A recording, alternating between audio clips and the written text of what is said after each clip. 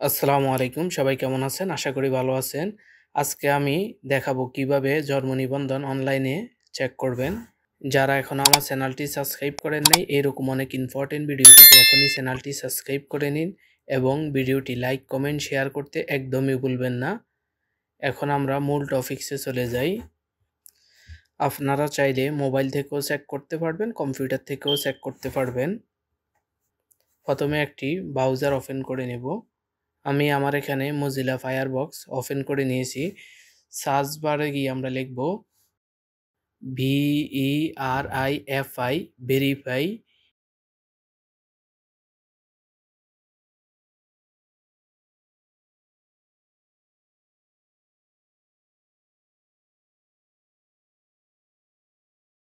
BDRIS space GOV space BD।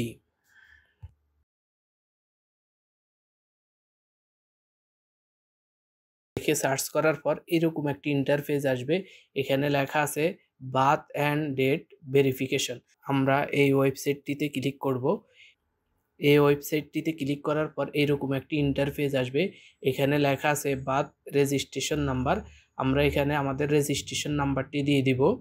তো আমি আমার রেজিস্ট্রেশন নাম্বারটি দিয়ে দিচ্ছি। আপনারাও আপনাদের রেজিস্ট্রেশন নাম্বার জন্ম নিবন্ধনে যেভাবে আছে হুবহুব সেইভাবেই দিয়ে দিবেন। একটু অপেক্ষা করুন, আমি আমার রেজিস্ট্রেশন নাম্বারটি দিয়ে দিচ্ছি। রেজিস্ট্রেশন নাম্বারটি দেওয়া হয়ে গেলে নিচের ঘরে জন্ম তারিখ দিয়ে দিবেন।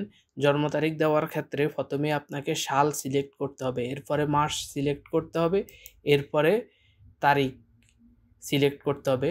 এরপর নিচে দেখতেছেন এখানে ক্যাপচার কোড আছে। আমার এখানে আসছে 76-1। তো 76 থেকে 1 মাইনাস করলে আর থাকে 75। আপনাদের এখানে মাইনাস অথবা প্লাস যেটা আসে, যদি যোগ করতে বলা হয় যোগ করবেন, যদি বিয়োগ করতে বলা হয় বিয়োগ করবেন।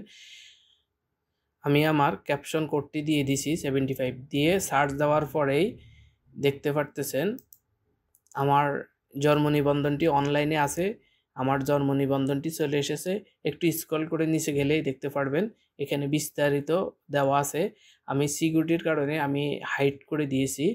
আপনারা এইভাবেই চাইলে আপনাদের জন্ম নিবন্ধনটি চেক করতে পারবেন।